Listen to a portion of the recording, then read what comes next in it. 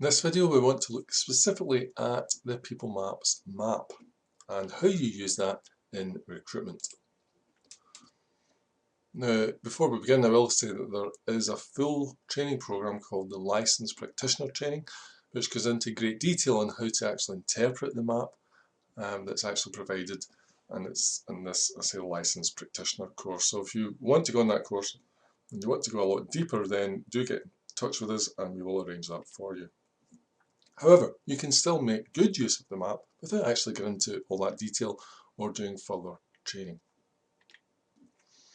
First thing I want to talk about is historical modelling, and I'm just giving you the quick overview on this. What you can do with historical modelling is actually compare new candidates against your existing staff. Now in this example here you can see here's a map, and what I've done is I've just placed report results from existing staff members on the one map just for convenience here. And what you can see is that most of the staff in this particular workplace are in the southwest. So you can see them all here, these four here are all more or less in the southwest. And we have one here over in the southeast.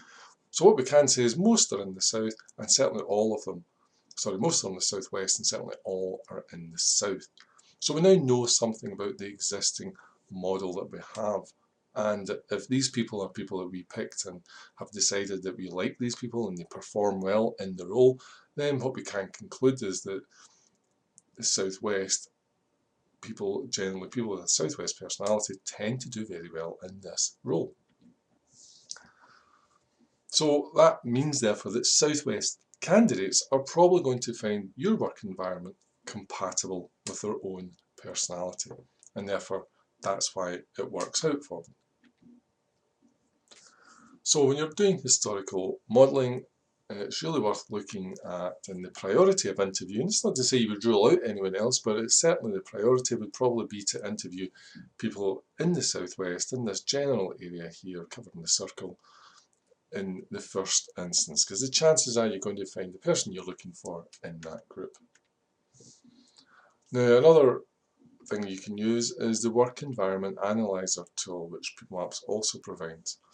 You use this tool to actually discover what personality types are most likely to thrive in the environment that you have. So you'll be asked to fill in a questionnaire about the environment itself, and from that the system will calculate the kind of environment that you have described, and therefore you can tell who might fit into that environment and find it compatible.